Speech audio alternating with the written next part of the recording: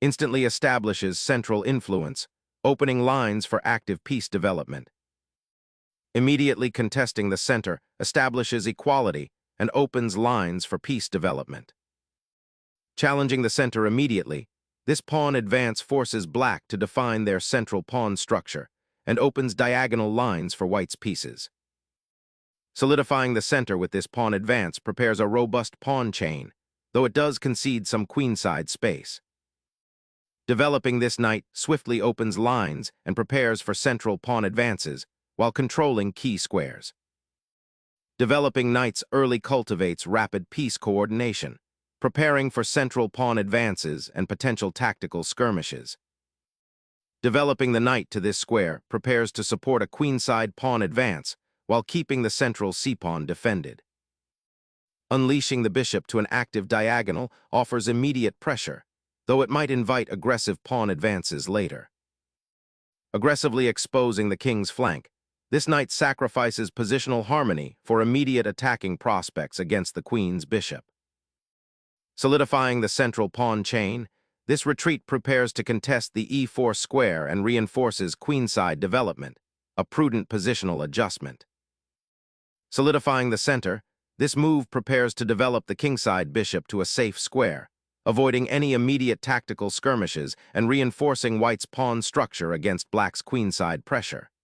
It also opens a line for the queen, hinting at future queenside activity.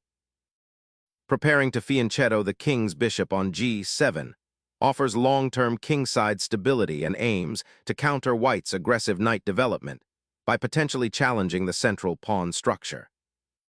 Building a queenside pawn chain with b3 aims to solidify white's structure and prepare for potential expansion or a future c5 break, though it concedes some kingside dynamism for now. Developing the bishop to its most active diagonal, the dark-squared bishop now eyes the center and prepares for a potential kingside castling, strengthening the pawn chain and completing black's harmonious setup. Developing the light-squared bishop to a more active diagonal, this piece aims to support a future kingside pawn storm or exert pressure along the a1h8 diagonal, all while reinforcing the central pawn structure and preparing for castling. Solidifying the king's safety with castling is a wise priority, preparing for potential central pawn pushes and allowing piece repositioning. A deliberate tempo gain, bringing the bishop to a more active diagonal, eyeing the kingside and preparing potential kingside play or central expansion, all while reinforcing the d4 pawn's security. Expanding on the queen side, the intention is to gain space and potentially challenge white's pawn structure, aiming to create imbalances for the middle game. The king tucks itself away, a defensive maneuver consolidating forces before the inevitable clash begins. A knight's journey begins, rerouting towards the queenside and preparing to influence the b4 square, potentially challenging white's spatial advantage and initiating counterplay. Anchoring the queenside pawn structure gains a foothold against any immediate queenside expansion by black, while also subtly preparing to support a future b4 advance, potentially creating tension on the queenside. Unleashing the queen towards the queenside, 11. QB6 simultaneously bolsters the pawn structure against white's potential a4 push and prepares to contest the c-file, aiming to disrupt white's harmonious piece placement and potentially exploit the light squares around white's monarch. Securing the d4 pawn and preparing for potential pawn breakthroughs on the queen side, white establishes a robust defensive shield and aims to consolidate their position, anticipating black's desire to create play along the b-file. Immediately injecting a dynamic presence into the center, black's knight boldly ventures to e4, challenging white's pawn structure and opening avenues for piece activity while potentially preparing a subsequent advance or retreat based on white's reaction. A flexible maneuver that introduces immediate questions about piece harmony and control of central squares. Reconsolidating pieces, white aims to secure the knight's position after black's aggressive centralization, preparing for a potential central push or a reevaluation of the queenside pressure that was previously initiated. Bearing the king's flank with a knight swap, black initiates a structural alteration designed to disrupt white's nascent queenside pressure and potentially open avenues for counterplay down the c-file. Reclaiming the center pawn with the knight reasserts white's central influence after black's bold knight maneuver. This action aims to dismantle black's solid structure, opening lines for potential piece activity and forcing concessions.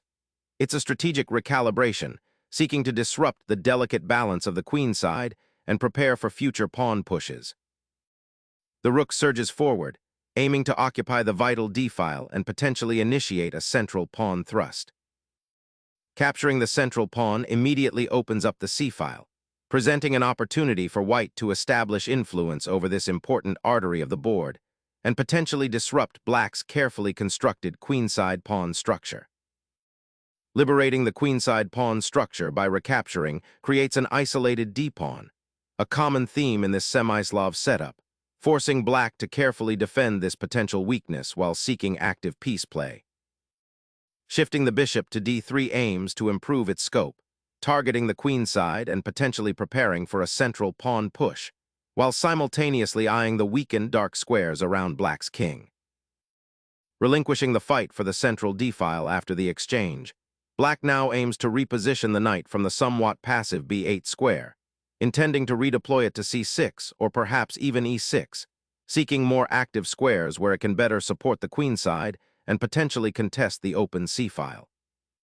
Channeling pressure along the queenside semi-open file becomes white's immediate objective, preparing to contest the crucial c-file and potentially activate the queen for an assault on black's kingside. Disrupting the pawn chain with a knight advance, nc6 aims to challenge white's central control and potentially open lines for its own pieces, injecting dynamism into the otherwise solid queen's gambit decline structure. Securing the queen's influence over the c5 square aims to disrupt black's central pawn structure and potentially prepare an invasion. Exchanging queens now on qxc5 simplifies the position dramatically and steers the game towards an endgame where the knight on b8 will feel quite cramped, potentially becoming a significant liability for black if not handled carefully. Reclaiming the open file, white establishes a commanding presence on the c-file, immediately asserting pressure against black's queenside pawns and preparing for potential infiltrations. This is a crucial moment, shifting the battleground towards control of critical lines and anticipating the material exchanges that might follow. The rook's relocation from the second rank to this active central file signifies a proactive approach, aiming to disrupt black's development and create targets for further assault. Re-establishing the bishop's post on f5 reinvigorates the kingside dark squares for black, aiming to chip away at white's central control and prepare for a potential pawn thrust. The rook now stands poised to exploit any weakening on the queenside, a stark reminder of the structural imbalances that have emerged. Think about the initiative. Asterisk, while the immediate material is even, white's repositioning of the bishop creates a dynamic threat. It's not about what's directly attacked, but the potential for future pressure. Consider how black's pieces are currently tied down, and whether a swift maneuver could unlock them, or if a passive defense is the only option. Analyze the pawn structure. The doubled pawns on the c-file are a long-term weakness for black. White's current setup is designed to exacerbate this, potentially leading to a disadvantaged endgame. Look for opportunities to exchange pieces that favor white's structural advantages. Evaluate piece activity. The bishop on b5 is no longer passively defending. It's an active attacker looking for targets. How does this impact black's defensive setup? Are there squares now under threat that were previously secure? This move forces black to reevaluate their defensive formations and consider counterplay carefully. Navigating the labyrinth of exchanges, black reestablishes the knight's presence on the queenside, aiming to contest the open c-file and potentially disrupt white's centralized queen. Reorganizing the bishop's patrol to the long diagonal, this repositioning aims to challenge black's control of that crucial line and perhaps prepare a future kingside advance, subtly shifting the positional battlefield toward a more dynamic confrontation. Re-establishing contact with the queen's side is paramount, preventing isolated pawns and securing piece mobility for the upcoming middle-game skirmish. Bolstering the central presence on the open c-file, this move fortifies a crucial stronghold, eyeing potential infiltrations and preparing for pawn advances that could seize more territory. A sensible consolidation, relocating the bishop to a more defensive posture after its foray across the board. This allows for better protection of the kingside and prepares to contest the newly opened c-file should black decide to advance their rook. The bishop's previous placement on f5, while initially active, was becoming a target and potentially hindering the development of other pieces. Returning it to f8 offers a more solid foundation for future maneuvers. Asserting pressure on the queen side, the rook's relocation to the 7th rank aims to exploit potential weaknesses along that entire flank, forcing black into a defensive posture. Reorganizing the bishop to a more active diagonal offers better scope, potentially preparing for a future. e6 to challenge white's central control and improve piece coordination. However, it concedes crucial central squares, allowing white to potentially establish a strong pawn presence and restrict black's pieces further. Prying open the queenside with the rook aims to disrupt black's piece placement and potentially create weaknesses down the b-file. Reinforcing the central pawn structure, this maneuver aims to solidify black's foothold in the e6 square and prepare for potential pawn advances later in the game, while simultaneously offering a temporary reprieve from the pressure on the queenside. Preparing to liberate the c-file and exert pressure along the queenside, white repositions the bishop to its most active diagonal, aiming to disrupt black's coordinated pieces and potentially exploit weaknesses around the d6 pawn. Initiating a knight repositioning, the black steed prepares for a potential sortie to the kingside, eyeing the relatively exposed white king and seeking to disrupt the harmony of white's pieces. Initiating a pawn storm on the kingside, white seeks to disrupt black's solid structure and create attacking chances. This aggressive advance, while potentially opening lines, also weakens the g4 square and commits white's pawns, limiting future defensive options. Black must carefully evaluate if the resulting structural damage is worth the potential counterplay. Embracing the storm, black opts to solidify the queenside pawn structure, a decision that subtly reroutes defensive attention to the kingside, anticipating potential pawn pushes there. A bold repositioning, seeking to activate the knight and challenge black's pawn structure, potentially eyeing f6 for a future advance or rerouting to g5 to disrupt the kingside. Solidifying the kingside pawn structure with this move aims to prevent further immediate penetration by white's knight, while simultaneously preparing for a more active defensive setup or potentially a counterthrust later. Unleashing a pawn storm on the kingside, white aims to disrupt black's pawn structure and potentially create weaknesses around the king. Reinforcing the pawn chain stability offers a modest defensive posture, but it surrenders valuable space on the kingside to white's advancing pawns, potentially creating long-term weaknesses. Unleashing a pawn storm on the kingside, white aims to pry open lines and exploit the king's potentially exposed position. Bringing the monarch closer to the center of the board acknowledges the current positional stalemate and prepares for a potential endgame where the king's activity will be paramount. Seizing the open file, this rook infiltrates black's territory, creating immediate pressure and hinting at a potential unraveling of the pawn's shield protecting the king. This decision to tuck the king away defensively on g8, while seemingly securing it from immediate threats, inadvertently cedes crucial central control and limits the king's future mobility. White's aggressive pawn push on the kingside, spearheaded by the pawn on g4, now finds less resistance as black's pieces are primarily occupied with defending and coordinating defensively, rather than actively challenging white's growing space.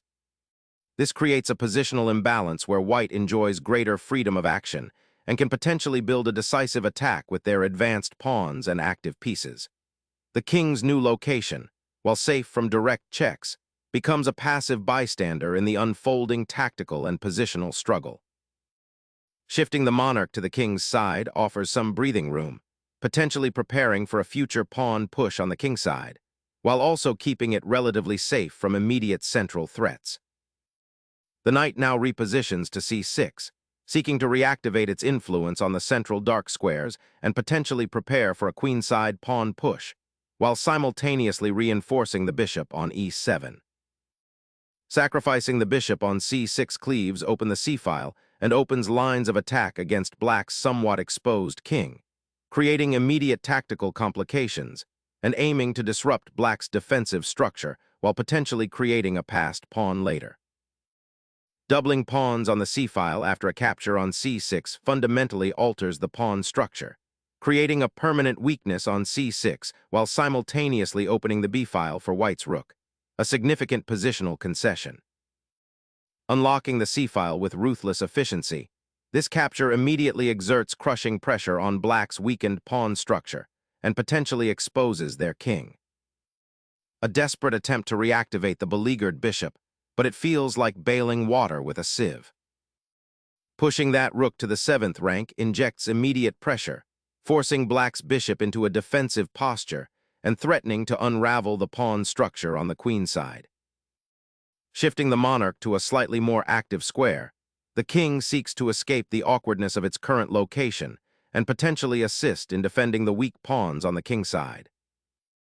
The rook transplantation to the 7th rank immediately intensifies pressure along the b-file, aiming to exploit the slightly passive placement of black's bishop and potentially create weaknesses around the king. Shifting the king to this square appears to solidify its shelter behind the pawn chain, potentially preparing for a more active role in defending or even a counterthrust later, even though it temporarily abandons the central open files. Securing that a pawn with advance, white aims to prevent black's rook from finding a more active outpost on that side of the board, solidifying their queenside structure and subtly limiting counterplay possibilities while preparing for a potential pawn push in the center later. The bishop's retreat to d6 offers a subtle but crucial regrouping, seeking to contest the open c-file and prepare for eventual counterplay. This maneuver allows the bishop to participate more actively in the defense, potentially creating a vital link between the remaining pawns and offering a watchful eye over the d5 square. While seemingly passive, this repositioning avoids immediate tactical threats and sets the stage for a more complex positional battle where black hopes to exploit any inaccuracies in white's pawn structure or piece placement. The strategic intent here is to consolidate defensive resources and find avenues for future pawn advances or piece activity, rather than reacting solely to white's spatial advantage. The rook now eyes the vulnerable queenside pawn, aiming to activate itself fully and disrupt black's already compromised pawn structure. Reclaiming the open file offers a crucial tempo to prevent white's rooks from becoming too dominant, while simultaneously preparing to contest the crucial 7th rank and potentially create counterplay on the queen side. Simplifying the position by trading off the minor pieces, this exchange offers white a chance to exert pressure on the now open c-file and potentially exploit the isolated pawn structure that will likely emerge. The exchange of rooks on the b-file simplifies the position, leading to an endgame where black's rook will become considerably more active, finally escaping its passive defensive role and probing for weaknesses along the newly opened files. Reclaiming the central knight after the rook exchange opens avenues for potential regrouping and offers flexibility in knight placement, aiming to challenge black's active pieces and exploit any slight weaknesses that may arise from their pawn structure. Grabbing the pawn on a4 is a bold, opportunistic grab, but it completely ignores the looming danger of white's doubled rooks on the 7th rank, potentially unleashing a devastating attack along that crucial line. Opening the a-file with the bishop aims to activate the dormant queen's rook, though it may overextend the bishop if black finds a swift counter. Snatching the pawn on b3 creates immediate material imbalance, but at the cost of removing a vital defender from black's queenside pawn structure, potentially opening lines for white's pieces to exploit later. Opening up the queenside pawn majority now presents a compelling opportunity to activate that newly freed knight. Snatching the b3 pawn with the rook now presents a stark endgame. Black has achieved material equality, but at the cost of a rather compromised king position, which will need significant attention. Reclaiming lost material with the bishop's advance directly addresses the immediate imbalance on the board, though it surrenders the initiative to black's connected passed pawns. Shifting the king to d7 shores up the defense of the pawn on c6 and prepares to connect the remaining rook. refocusing the bishop from the captured queenside pawn to a more active defensive role, solidifies the pawn chain and prepares for potential counterplay on the now open central files. Unleashing a pawn storm at last, the black king now faces immense pressure as the file opens for the opposition's rook. The monarch ventures cautiously, seeking sanctuary in the relative safety of the kingside, a strategic repositioning aimed at potentially supporting a pawn advance or providing a vital defensive anchor as the endgame materializes. Exploiting the open file with active piece play, black injects immediate dynamism into the position, aiming to disrupt white's pawn structure and create counterplay. Activating the bishop to its most commanding diagonal opens a fresh avenue for pressure against black's somewhat exposed king. Exploiting the newly opened e-file, black injects dynamism into a somewhat static position, aiming to disrupt white's pawn structure and potentially create counterplay for their king. Reclaiming the open file with the pawn opens a path for the rook to become a significant threat, aiming to exploit the now exposed king. Reanimating the queenside by swinging the rook to the third rank offers a glimmer of hope, but it risks becoming a static target if the initiative isn't seized. This rook redeploys to a crucial defensive outpost, aiming to anchor the white position and deny black's advanced pawns further penetration, while simultaneously eyeing potential counterplay on the second rank should the opportunity arise. The rook now retreats, seeking active squares beyond the immediate pressure of white's rooks and bishop pair. Seizing the open file on the rook's departure is paramount for creating winning chances now that the queens are off. The black king, exposed and vulnerable, scrambles to find safety after white's rook aggressively occupied the seventh rank, forcing a critical pawn exchange that now leaves black fighting against a determined attack on its monarch. Re-establishing a centralized king offers better defensive coverage for the remaining pawns and prepares for potential maneuvering on the queenside.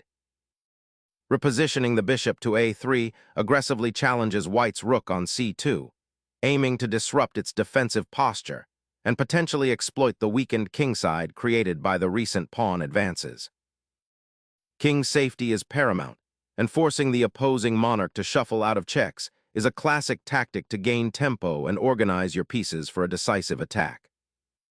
The black king, having been pushed into a precarious position on the edge of the board, now attempts to find a safer haven by retreating towards the center, a common strategy to escape open files and potential checks.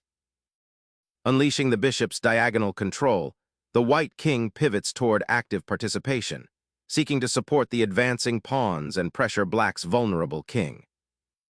The rook's placement here aims to activate the piece on the open file, but it leaves the king exposed to potential checks along that same line. Solidifying the pawn structure and forcing a trade that simplifies the board. The exchange of the bishop for the rook's protection of the king finally untangles the knot of pieces, leading to a simplified, albeit still complex, endgame where precise pawn play and king activity will dictate the outcome. Initiating a pawn march towards the center, white aims to activate its kingside pawns and potentially create advanced threats. The bishop retreats to a passive square, offering no immediate counterplay to white's centralized king. Consolidating the king's position is paramount, bringing it closer to the action and preparing to contest the central files that are now opening up. Repositioning the bishop to a more central square allows it to participate actively in the upcoming play, potentially supporting pawn advances or defending crucial squares.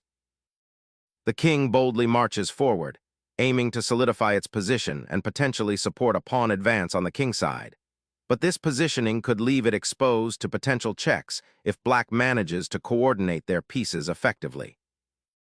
Relocating the king toward the queenside offers a chance to activate it further in the endgame, potentially supporting pawn advances or defending key squares. The bishop now eyes the pawn chain, preparing to potentially disrupt black's pawn structure or support a pawn push with the king. Consolidating the last pawn on its current square to deny white's rook further access to the vulnerable b-file seems paramount now. Asserting control over the open files, the bishop on e1 now prepares to support the advance of the passed pawn, Stepping the king back to c6 reestablishes a more central defensive posture, allowing it to better support the b5 pawn and potentially participate in any upcoming pawn skirmishes on the queen side.